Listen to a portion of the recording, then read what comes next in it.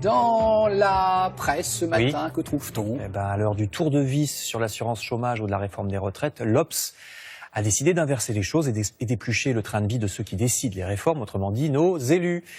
Vous apprendrez donc que les dépenses de fonctionnement de l'Élysée auraient augmenté de 7% l'an dernier selon l'article que vous allez voir, le voici, soit un déficit de plusieurs millions d'euros. Alors la présidence répond que c'est parce qu'elle travaille davantage et qu'il y a des investissements pour l'avenir, ce que n'aurait pas fait suffisamment François Hollande. Mais pourquoi, par exemple, demande l'Obs, la facture du ménage a-t-elle explosé, ou bien pourquoi la réorganisation du personnel de l'Élysée aurait-elle été payée plus de 250 000 euros à un cabinet de conseil parisien? Du côté des députés, l'Obs se félicite que depuis qu'on leur demande leur note de frais, plus de 3 millions ont pu être économisés, sauf que dans le même temps, l'indemnité de logement qui leur est accordée aurait, elle, augmenté de 33%, que certains auraient dépensé 18 000 euros par an en frais de bouche, et que la comptabilité de tout cela serait payée 800 000 euros à des cabinets d'experts comptables, somme qu'un témoin qualifie de délirante, je cite. Quant à nos sénateurs, ils bénéficient d'une retraite très avantageuse. On en parle beaucoup de la retraite en ce moment.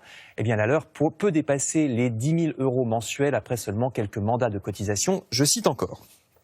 Évidemment, ça nous fait changer totalement de galaxie lorsqu'on lit cet article de Mediapart intitulé « Ce que le gouvernement fait aux chômeurs », puisque suite à la réforme du chômage qui entre en vigueur demain, Mediapart prend deux exemples. Une dame un peu au-dessus du SMIC, ici à gauche, qui soudain passe à mi-temps et qui aurait perçu 385 euros d'aide jusqu'à aujourd'hui. Demain, elle ne percevra plus rien.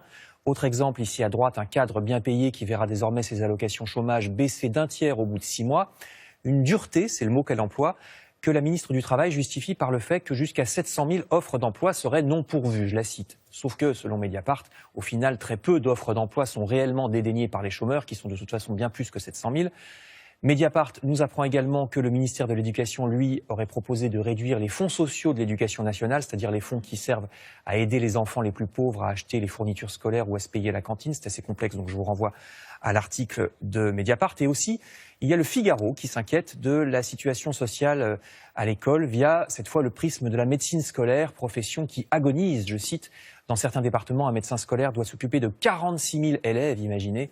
Oh. Oui, c'est pas beaucoup, c'est dans les pires départements. Et on manque de médecins scolaires parce qu'ils sont payés 2 à 3 fois moins qu'un médecin libéral, donc forcément, sauf qu'ils servent à dépister tôt les maladies chez les jeunes, ce qui permet une économie pour plus tard, plutôt que de soigner au dernier moment, explique l'article. Toujours au sujet de la santé, le site web de France Info tord d'ailleurs le coup à une idée reçue. Non, les urgences ne sont pas engorgées par le fait que certains d'entre nous irions pour tout et n'importe quoi. Selon une étude, les passages inutiles aux urgences ne seraient que 6% et non pas 30% comme on le croyait. Il faut cesser donc de culpabiliser les patients. Je cite un médecin, le vrai problème semble plutôt être l'impossibilité de trouver un médecin disponible dans un cabinet normal, surtout à certaines heures. Enfin, toujours à propos de santé, celle de nos rythmes biologiques en l'occurrence. Vous lirez dans le Parisien aujourd'hui en France et dans les Échos que le gouvernement s'apprêterait à faciliter le travail de nuit, notamment dans les commerces alimentaires. Et déjà, les syndicats regrettent que ce projet ne prévoit pas d'indemnité ou de repos compensatoire. Et du côté de nos bronches, alors c'est pas terrible non plus, puisque l'Humanité nous rappelle que le fameux train des primeurs, vous savez, de Perpignan jusqu'à Rungis, il est toujours bel et bien supprimé, contrairement à ce qu'on nous avait dit à une époque. Alors qu'il évitait la pollution de milliers de camions, en 12 ans, le transport de marchandises par rail a baissé de plus de moitié. Des wagons frigorifiques de ce fameux train seraient déjà partis à la casse, croit savoir l'Humanité.